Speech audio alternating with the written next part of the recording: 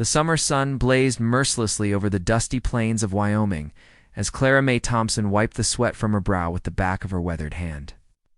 At 24, she carried the weight of the world on her shoulders, her belly rounded with the promise of new life growing within her. 6 months pregnant and recently widowed, Clara had been struggling to maintain the small homestead that her late husband, Thomas, had worked so hard to establish. The modest wooden cabin sat on what seemed like an endless expanse of prairie grass. With the Rocky Mountains looming majestically in the distance, Thomas had always said this land would be their salvation, but now that he was gone, taken by a fever that swept through the territory last winter, Clara wondered if she could survive another season alone. The nearest neighbor was 15 miles away, and the closest town was a full day's ride through treacherous terrain. Clara's days began before dawn and ended well after sunset. She tended to the small vegetable garden behind the cabin, cared for the handful of chickens that provided her with eggs, and maintained the single milk cow that Thomas had purchased just before his death. Every task seemed monumentally difficult with her growing belly, but she pushed forward with the determination that had carried her family through generations of hardship. On this particular afternoon, she hung wet laundry on the rope line. Stretched between two weathered fence posts, Clara noticed a figure approaching from the east. In this remote corner of Wyoming, visitors were rare, and her hand instinctively moved to the rifle that Thomas had taught her to use.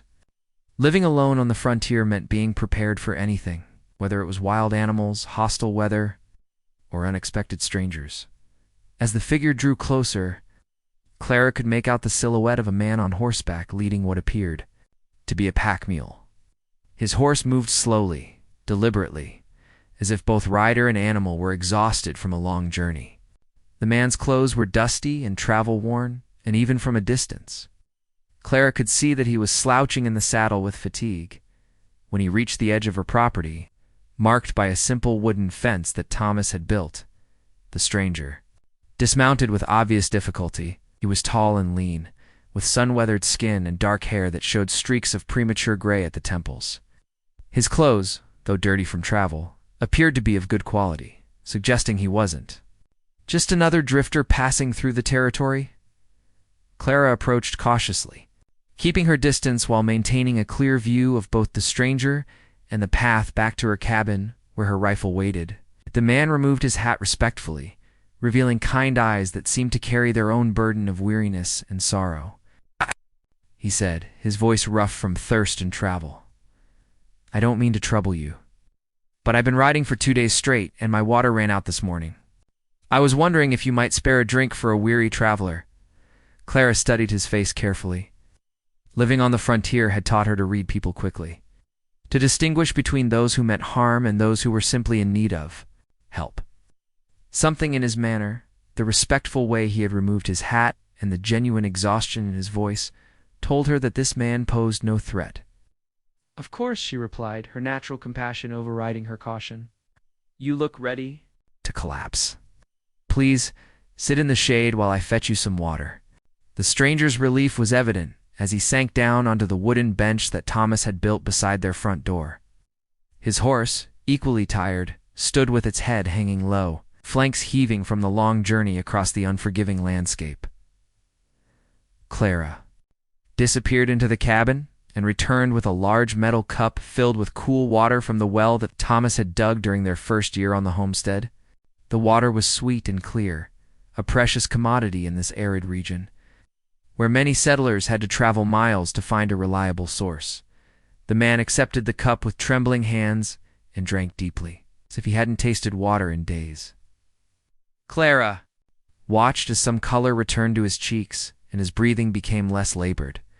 She noticed his clothes more clearly now, the fine fabric of his shirt, the quality leather of his boots, the silver buckle on his belt that gleamed despite the dust that covered everything else. "Thank you, ma'am," he said, looking up at her with genuine gratitude. "You may have just saved my life. I'm James Harrison, and I've been traveling from Cheyenne on business. Got turned around in a storm 2 nights ago, and have been trying to find my bearings ever since." Clara introduced herself and explained that she lived alone on the homestead. though she didn't immediately mention her recent widowhood or her pregnancy, both of which were obvious enough. James Harrison seemed like a decent man, but she had learned to be careful about revealing too much personal information to strangers as they talked. Clara noticed that despite his obvious wealth, evident in his belongings and the quality of his gear, James Harrison treated her with the same respect he would show to anyone. There was no condescension in his manner, no assumption that her humble circumstances made her less worthy of courtesy and consideration. "I don't suppose you could point me toward the main road to Laramie?" James asked, finishing the water and handing the cup back to Clara. "I've got business there that can't wait, but I seem to have gotten myself thoroughly lost." Clara pointed toward the northwest, explaining the landmarks he should watch for and warning him. "It's about the creek crossing that could be dangerous after the recent rains." As she spoke, she noticed him studying the landscape around her homestead with an intensity that seemed unusual for someone simply seeking directions. What Clara didn't know was that James Harrison owned more land in Wyoming than any other single individual, and that her small homestead sat directly in the path of his plans for the future. But that revelation would come later, as would the changes it would bring to both their lives. For now, she was simply a pregnant widow offering water to a thirsty stranger, an act of kindness that would reshape both their destinies in ways neither could possibly imagine. James Harrison spent another hour resting in the shade of Clara's modest porch, and during that time he found himself drawn into conversation with the remarkable woman who had shown him such unexpected kindness.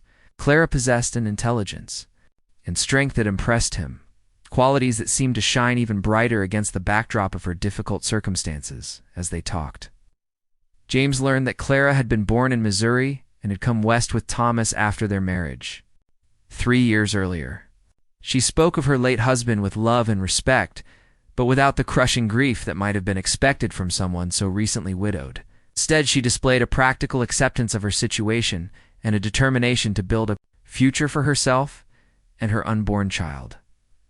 Clara, for her part, discovered that James was well educated and, surprisingly, knowledgeable about farming and ranching despite his obvious wealth. He asked thoughtful questions about her garden, offered suggestions for improving her chicken coop, and demonstrated a genuine interest in the challenges she faced as a woman alone on the frontier. When James finally prepared to leave, he reached into his saddlebags and produced a small leather pouch. "Please," he said, offering it to Clara, "let me pay you for the water and your kindness. It's the least I can do." Clara shook her head firmly. "I don't take money for offering water to someone in need. That's not how we do things out here. But I appreciate the gesture." James was surprised by her refusal. In his experience, most people were eager to accept whatever compensation he offered, especially those in obvious financial difficulty. Clara's independence and pride intrigued him even more than her beauty and intelligence. "Then perhaps you'll allow me to help in some other way," James suggested. "I noticed your fence could use some repairs, and that roof looks like it might not survive another hard winter." Ow. Clara's cheeks flushed slightly. She was proud of what she and Thomas had built, but she couldn't deny that the homestead needed work that was beyond her current capabilities. "I can manage," she said quietly.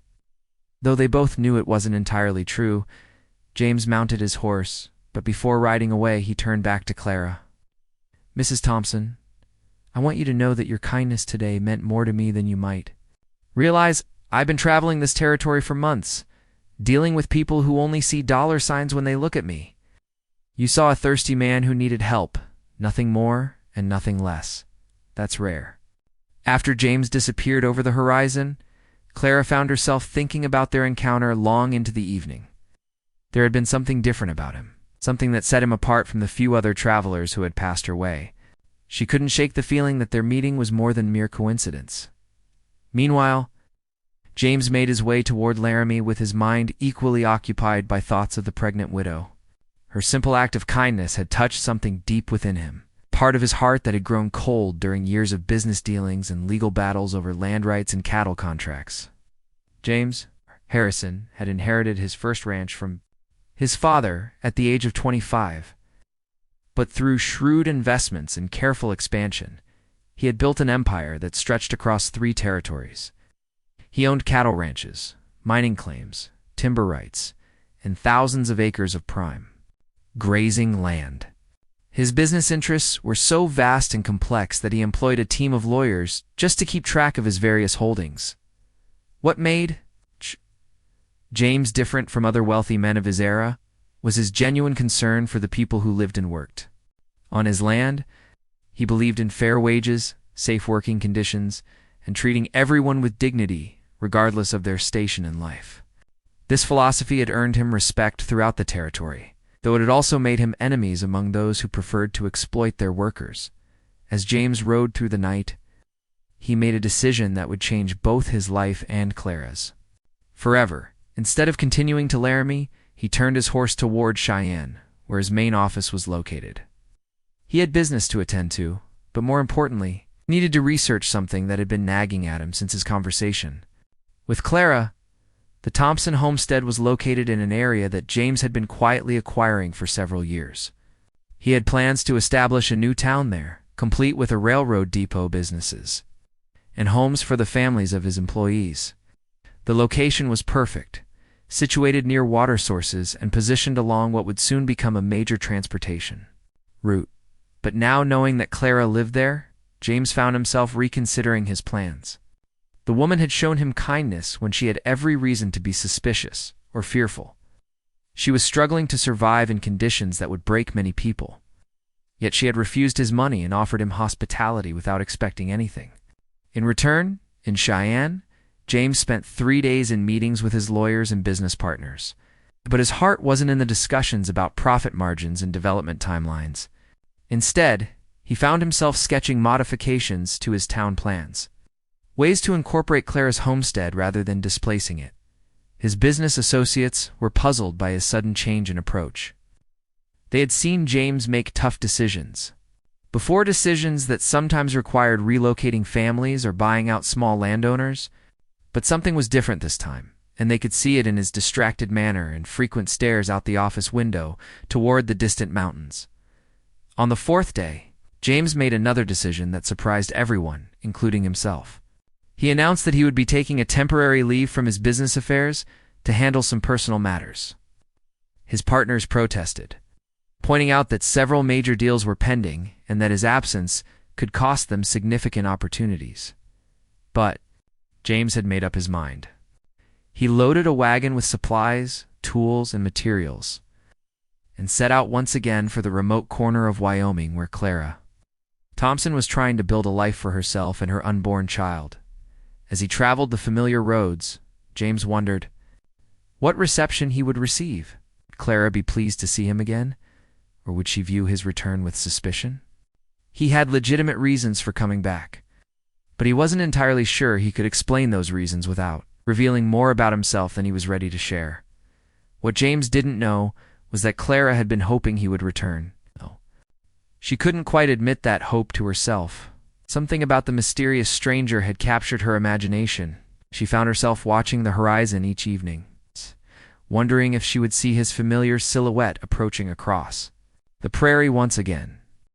Clara was hanging laundry on the line when she spotted the dust cloud on the horizon. Her heart began to race as she recognized the approaching wagon and the familiar figure of James Harrison driving it.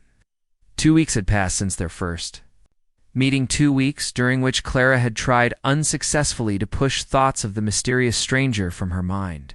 As James drew closer, Clara could see that his wagon was loaded with supplies, lumber, and tools.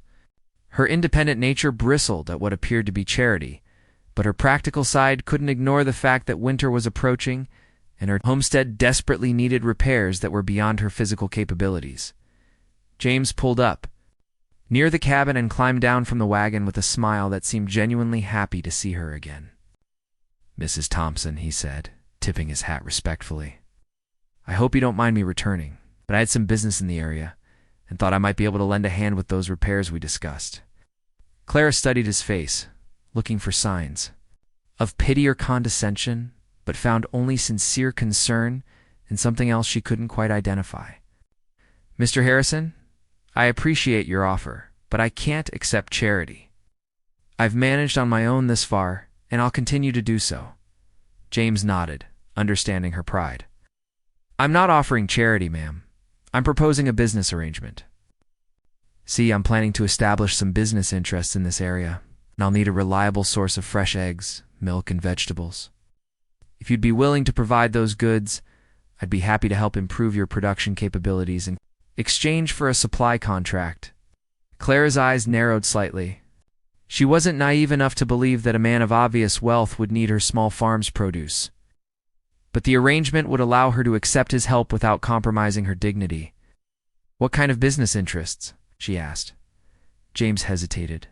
For a moment, not quite ready to reveal the full extent of his plans or his identity. Ranching and development, he said simply. This territory is growing, and there are opportunities for those willing to invest in its future. Over the next several days, James worked tirelessly to repair Clara's roof, strengthen her fence, and improve her chicken coop. He proved to be surprisingly skilled with his hands, and Clara found herself impressed by his willingness to do manual labor, despite his obvious education and wealth. As they worked side by side, they talked about their lives, their dreams, and their fears. Clara learned that James had traveled extensively, had received a university education back east, and possessed a deep love for the American West, despite its hardships and dangers. James discovered that Clara was far more educated than most frontier women, that she read voraciously, and that she possessed a keen understanding of politics, economics, and social issues. Their conversations revealed a mutual respect and growing attraction that neither had expected. Clara found herself looking forward to each morning when James would arrive ready to work, and James discovered that he was reluctant to leave each evening when the day's tasks were complete. One evening, as they sat on the porch watching the sun set over the mountains, Clara finally asked the question that had been troubling her. James, you're not just a traveling businessman, are you? There's something you're not telling me. James was quiet. For a long moment, watching the last rays of sunlight paint the sky in brilliant shades of orange and pink.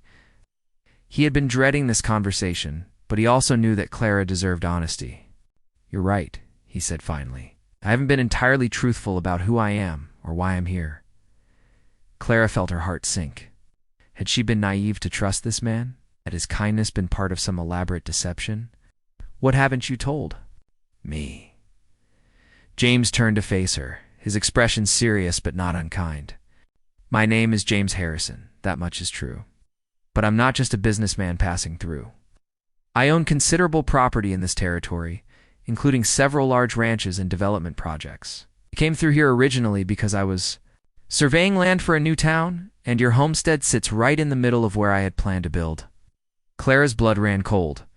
She had heard stories of wealthy developers who drove families from their land, offering pennies on the dollar for property they intended to sell for enormous profits.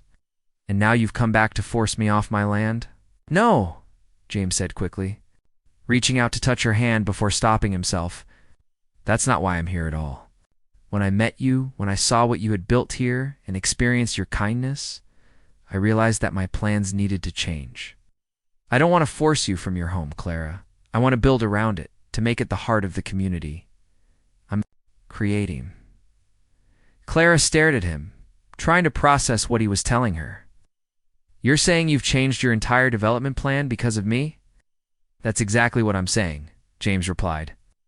You showed me kindness when you had every reason to be suspicious or afraid. You treated me like a human being, not like a business opportunity or a threat. That means something to me more than you might realize. Clara was silent for several minutes, weighing his words against her own observations of his character over the past few days. She had seen him work tirelessly to help her, had witnessed his genuine concern for her welfare, and had experienced his respectful treatment of her as an equal, despite her humble circumstances.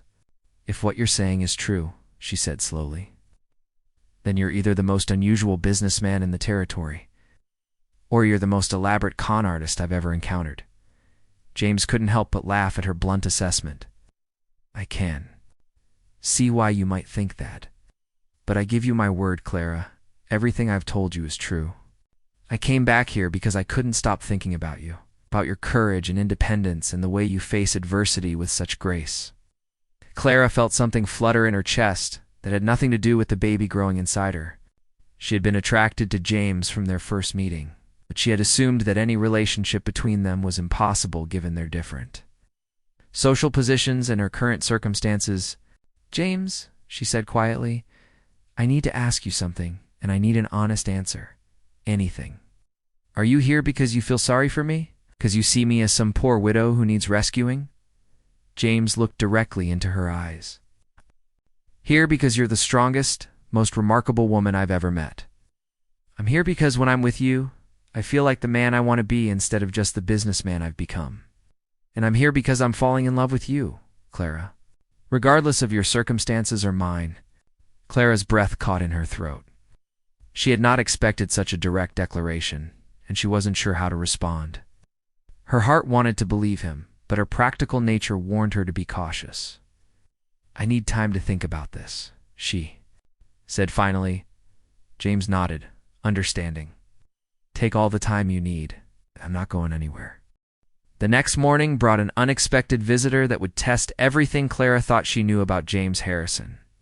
She was preparing breakfast when she heard the thunder of hoofbeats approaching at a gallop. Through her window she could see a group of riders heading straight for her homestead, and her blood ran cold when she recognized the lead rider as Sheriff Morton from the county seat. Clara's hands instinctively moved to her belly as she watched the men dismount. She had done nothing wrong, but frontier justice was often swift and sometimes unfair, especially for women living alone. Sheriff Morton was known throughout the territory as a fair man, but the grim expressions on the faces of his deputies suggested this was not a social call. James emerged from the barn where he had been working and walked toward the approaching lawmen with a casual confidence that surprised Clara instead of appearing concerned or nervous. He greeted Sheriff Morton like an old friend, which only added to Clara's confusion about the man she was slowly falling in love with. "Jim Harrison," Sheriff Morton said with obvious relief. "Thank God you're safe. We've been looking for you for 3 days. Your partners in Cheyenne sent word that you'd disappeared, and with all the trouble we've been having with cattle rustlers and land grabbers in this area, we feared the worst." Clara's heart nearly stopped. Jim Harrison. Not James Harrison. Traveling. Businessman, but Jim Harrison, whose name she had heard whispered in conversations throughout the territory for years. Jim Harrison, who owned more land than anyone else in Wyoming. Jim Harrison, who some called the uncrowned king of the American West. "I'm fine, Sheriff," James replied calmly. "I've been helping Mrs. Thompson with some repairs to her property. I sent word to my office that I would be away on personal business, but perhaps it didn't reach them in time." Sheriff Morton's eyes moved to Clara, and she saw recognition flash across his face. Everyone in the territory knew the story of the pregnant widow trying to survive alone on a remote homestead. Some viewed her with admiration, others with pity, but all acknowledged her courage in the face of overwhelming odds. "Mrs. Thompson," the sheriff said respectfully, touching the brim of his hat, "hope Mr. Harrison hasn't been causing you any trouble?" Clara found her voice, though it came out slightly hoarse with shock. "No trouble at all, Sheriff. He's been very helpful." After the sheriff and his men departed, Clara and James stood in awkward silence. The revelation of his true identity had changed everything, and both of them knew it. Clara was no longer dealing with a successful businessman, but with one of the most powerful and influential men in the American West. "You lied to me," Clara said finally, her voice barely above a whisper. "Never lied," James replied gently. "I simply didn't tell you everything. My full name is James Harrison, but everyone who knows me well calls me Jim. I am a businessman, and I do own property in this area. Everything I told you about my feelings for you is absolutely true." Clara shook her head, feeling overwhelmed by the implications of what she had learned. "You don't understand what this means. You're James Harrison. You own half of Wyoming. You could buy and sell 100 women like me without even noticing the expense." James stepped closer to her, his expression earnest and pleading. "Clara, listen to me. Yes, I'm wealthy. Yes, I own a great deal of land and have significant business interests. But that doesn't change who I am when I'm with you. It doesn't change the fact that you treated me with kindness when you thought I was just a tired traveler. It doesn't change the fact that I've found something with you that I've never found with anyone else." Clara turned away from him, staring. out at the horizon that suddenly seemed impossibly vast and empty. Ow. How can I trust my feelings when I don't even know who you really are? How can I believe that your interest in me is genuine when you have the power to give me anything I could ever want or need? The next few days were tense and uncomfortable, as Clara struggled with her conflicting emotions. James continued to work on the homestead repairs, but their easy conversations had been replaced by awkward silences and careful politeness.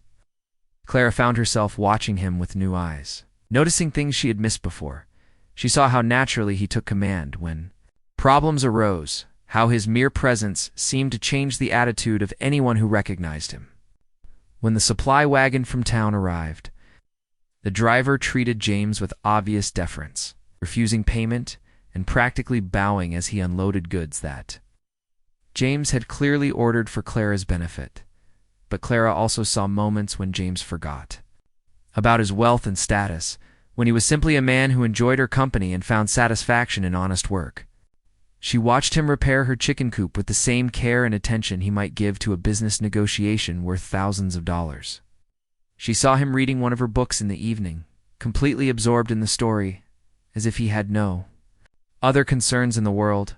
One evening, as Clara was preparing dinner, she experienced a sharp pain in her back that took her breath away. She gripped the edge of the table, trying to steady herself, but the pain intensified and spread to her abdomen. James, who had been reviewing some papers by lamplight, immediately noticed her distress. "Clara, what's wrong?" he asked, jumping to his feet and moving to her side. "I don't know," Clara gasped. "Something's not right with the baby." James's face went pale, but his voice remained calm and steady. "Sit down," he said, guiding her to a chair. "How far along are you?" "Okay, almost 7 months," Clara replied, trying to control her breathing as another wave of pain washed over her. James made a quick decision that revealed both his practical nature and his deep concern for Clara's welfare. "I'm going to ride to town and fetch Dr. Williams. Can you manage alone for a few hours?" Clara nodded, though she was frightened by the intensity of the pains. "Be careful," she said. "The trail is dangerous at night." James mounted his horse and rode harder than he had ever ridden before, covering the 20-mile distance to town in record time. He pounded on Dr. Williams's door until the elderly physician answered, still in his nightgown and clearly annoyed at being awakened. "Doctor, you need to come with me immediately," James said without preamble. "Clara Thompson is having complications with her pregnancy." Dr. Williams recognized James immediately, and his attitude changed from annoyance to professional concern. "The widow on the eastern homestead? I'll get my bag." The return journey seemed to take forever, though James pushed both horses to their limits. When they finally reached Clara's cabin, they found her lying on her bed, pale but conscious. Dr. Williams examined her carefully while James paced anxiously in the main room. After what felt like hours, Dr. Williams emerged from the bedroom with a reassuring smile. "False alarm," he announced. "Just some normal discomfort that sometimes occurs. In the later months, the baby is fine, and so is Mrs. Thompson, though she needs rest." James felt his knees go weak with relief. Only in that moment did he fully realize how much Clara and her unborn child had come to mean to him. The fear of losing them had been more terrifying than any business crisis he had ever faced. As Dr. Williams prepared to leave, he pulled James aside for a private conversation. "That woman in there is special," the doctor said quietly. "She's been through more hardship than most men could handle, and she's done it with grace and dignity. If you care about her, you'd better make sure you're worthy of her trust." James nodded solemnly. "I intend to, doctor. I intend to." The scare with Clara's pregnancy had been a turning point for both of them. As Clara recovered over the next few days, she found herself looking at James with new eyes. She had seen genuine terror in his face when he thought she might lose the baby, and she had witnessed the lengths he was willing to go to ensure her safety and well-being. More importantly, she had realized something about herself during those frightening hours when she thought she might be losing her child. Her first thought hadn't been about facing motherhood alone, but about how much she wished James could be there to share both her fears and her hopes for the future. James, meanwhile, had been forced to confront the depth of his feelings for Clara. The possibility of losing her had shown him that his attraction to her went far beyond simple romance, or even love. She had become essential to his vision of the future, not just as a woman he cared about, but as a partner in building something meaningful and lasting. One morning, as they sat on the porch drinking coffee and watching the sunrise paint the mountains, in shades of gold and pink, Clara finally broke the silence that had stretched between them since the night of her scare. "James," she said quietly, "I owe you an apology." James set down his coffee cup and turned to face her. "For what? For doubting your sincerity? For thinking that your wealth somehow made your feelings less genuine? I was so focused on protecting myself from disappointment that I nearly threw away something precious." James reached over and took her hand, marveling at how natural the gesture felt despite all the complications between them. "You had every right to be cautious, Clara. I should have been more honest about who I was from the beginning." Clara squeezed his hand gently. "Maybe things happened exactly the way they were supposed to. If I had known who you were that first day, I might have been too intimidated to treat you like a regular person. And if you had told me the truth immediately, I might have wondered if your interest in me was genuine." They sat in comfortable silence for several minutes, both of them aware that they were approaching a crossroads in their relationship. The practical matters that had kept them busy for weeks were nearly complete, and James would soon have to make a decision about his business obligations back in Cheyenne. "Clara," James said finally, "I need to tell you about my plans for this area. I want you to understand that these plans have changed significantly since I met you." Clara nodded, indicating that she was ready to listen. "Originally, I intended to build a town here, with a railroad depot, businesses, and homes for workers and their families. Your homestead was directly in the path of the main street I had planned, which would have meant purchasing your land and relocating you somewhere else." Clara felt a chill run down her spine, but she forced herself to remain calm. "And now?" James smiled, and Clara could see genuine excitement in his eyes. "Now, I want to build the town around your homestead. I want your cabin to be the heart of the community, the place where the first act of kindness in this new town took place. I want to build a school nearby, and a church, and a medical clinic, so that families like yours don't have to worry about riding 20 miles for help." Clara stared at him in amazement. "You would really do that? Change your entire plan for me?" "Not just for you," James replied, "but because of you. You've shown me what this community could be, Clara. You've shown me the kind of people we want to attract here. People who value kindness and hard work and taking care of their neighbors." Over the next several days, James shared more details of his vision for the town that would eventually be called Clara's Crossing. He showed her maps and sketches, explaining how the railroad would bring prosperity and growth while maintaining the sense of community and mutual support that frontier life had fostered. Clara found herself caught up in his enthusiasm, offering suggestions and improvements based on her own experience living in the territory. She had practical insights about water sources, weather patterns, and the needs of farming families that James had never considered as they worked together on planning the town. Clara began to see a different side of James's wealth and influence. Instead of using his resources purely for personal gain, he was genuinely committed to creating something that would benefit everyone who chose to make their home there. James, Clara said one evening, as they reviewed the latest version of their town plan, "I need to ask you something important. Anything. If we do this, if we build this town together, what happens to us? To our relationship?" James set aside the papers they had been studying and took both of her hands in his. "That depends on what you want to happen, Clara. I know my feelings, but I can't speak for yours." Clara looked into his eyes and saw the same uncertainty and vulnerability that she felt. Despite his wealth and power, James was as nervous about her answer as any man would be when asking the woman he loved to share his future. "I want us to build this town together," Clara said slowly, "but not as business partners. I want us to build it as husband and wife, as a family." James felt his heart stop for a moment before beginning to race. "Clara, are you saying what I think you're saying?" "I'm saying that I love you, James Harrison, not because of what you own or what you can give me, but because of who you are when you're with me. I'm saying that I want to marry you, if you'll have a pregnant widow who's too stubborn for her own good." James leaned forward and kissed her gently, tasting salt on her lips and realizing that she was crying. When they finally broke apart, he rested his forehead against hers and whispered, "I've been waiting my whole life for you, Clara. I just didn't know it until that day you gave me water." The engagement was celebrated quietly with only Dr. Williams and Sheriff Morton as witnesses to their promise to marry after Clara's baby was born.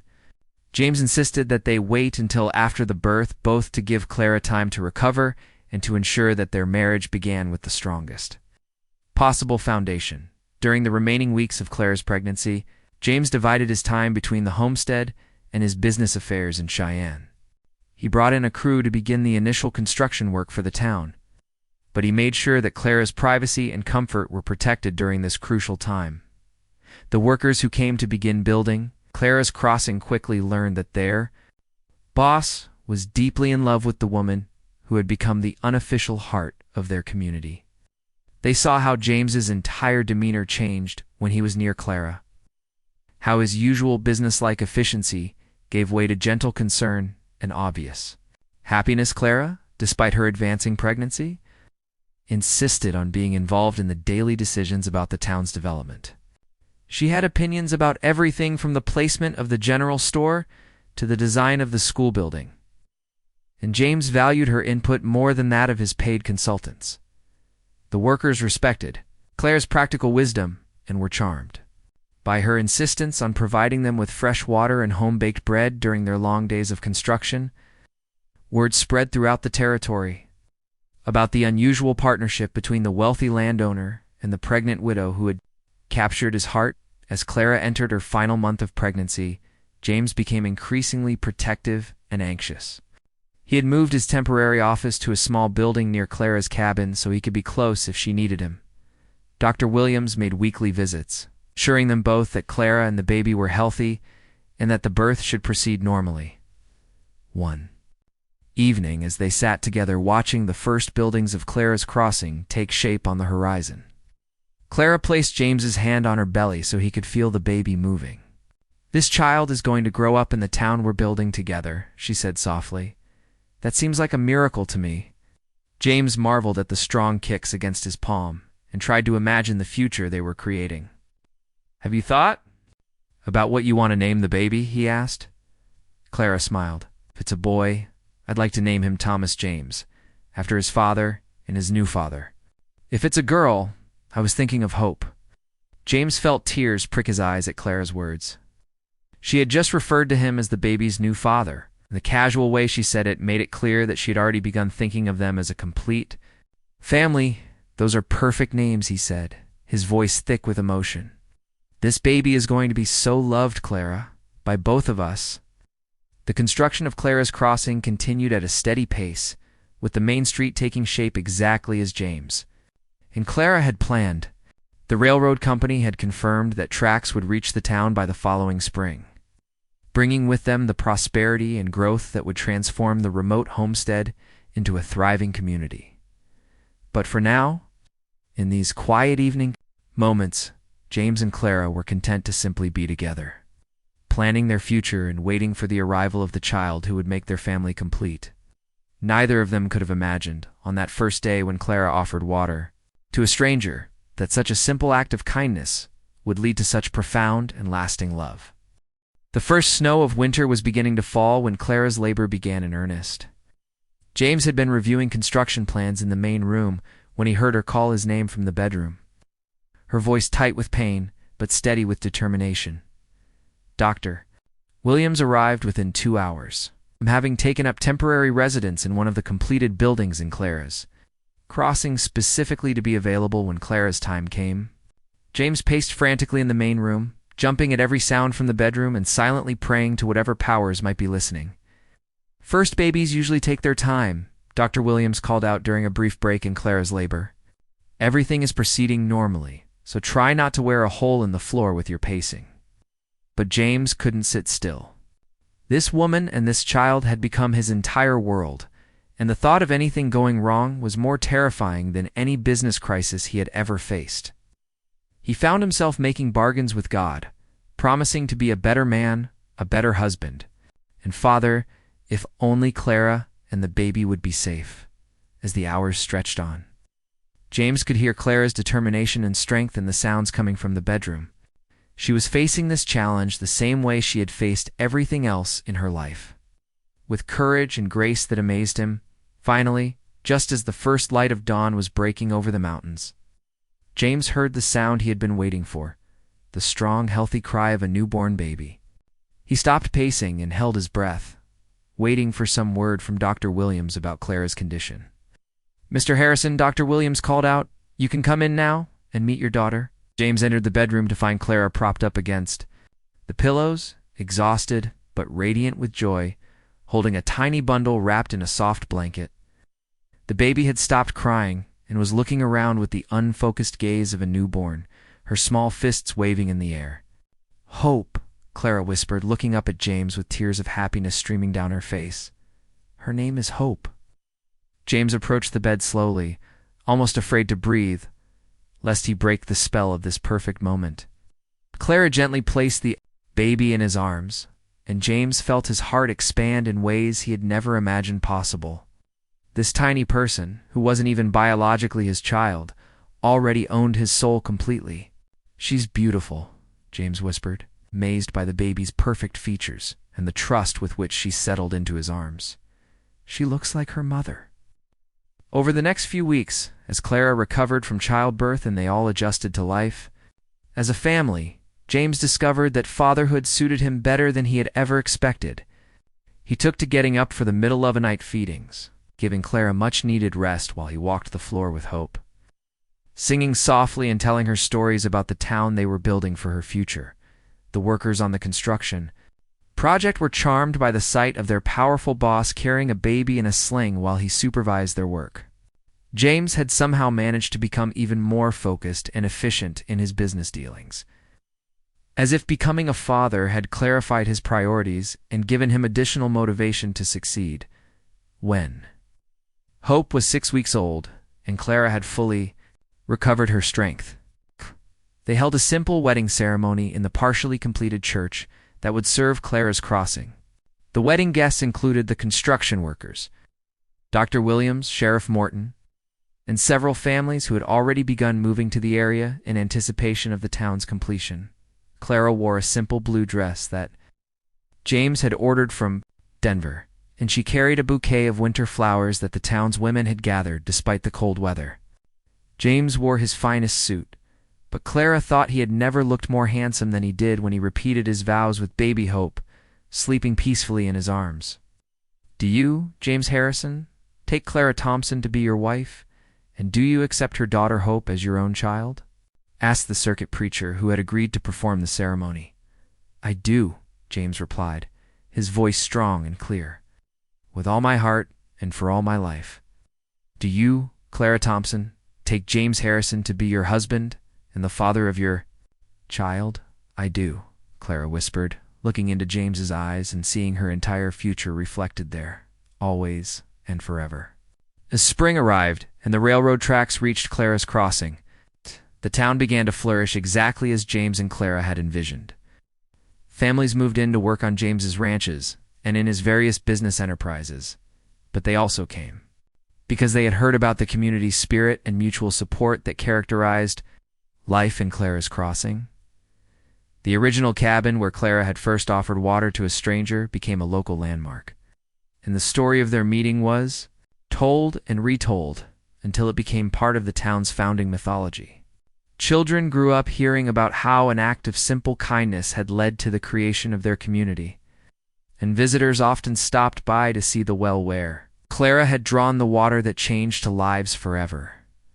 James proved to be as devoted a father as Clara had hoped, treating Hope as completely his own child and never making any distinction between her and the biological children they would have in years to come. He taught her to ride, to read, and to understand the business of ranching and land development that supported their community. Clara became the unofficial First Lady of Clara's Crossing, organizing school fundraisers, coordinating community celebrations, and serving as a mediator when disputes arose between neighbors. Her natural warmth and practical wisdom made her a beloved figure throughout the territory. and many people credited her influence with making Clara's Crossing the most pleasant and prosperous town in Wyoming. Years later, when Hope was old enough to understand, Clara would tell her the full story of how her parents had met and fallen in love. She would explain how sometimes the most important moments in life come disguised as ordinary encounters, and how a simple cup of water given to a thirsty stranger had led to a lifetime of love, partnership, and community. The town of Clara's Crossing grew and prospered, eventually becoming the county seat and a major stop on the Transcontinental Railroad. But at its heart, it remained the community that James and Clara had dreamed of together, a place where neighbors helped neighbors, where children were safe and cherished, and where the values of kindness, hard work, and mutual respect were passed down from generation to generation. And in the town square, next to the well that Clara had dug so many years before, stood a simple bronze plaque that read, "In memory of Thomas Thompson, and in celebration of the simple act of kindness that founded our community, given by Clara and James Harrison with love and gratitude." The story of Clara's Crossing became legendary throughout the American West. Proof that love could bloom in the most unlikely circumstances, and that ordinary people could build extraordinary lives through courage, determination, and faith in each other. It was a reminder that sometimes the most important thing you can do for another person is simply to offer them a cup of cold water on a hot day, and trust that kindness will find its way back to you in ways you never could have imagined.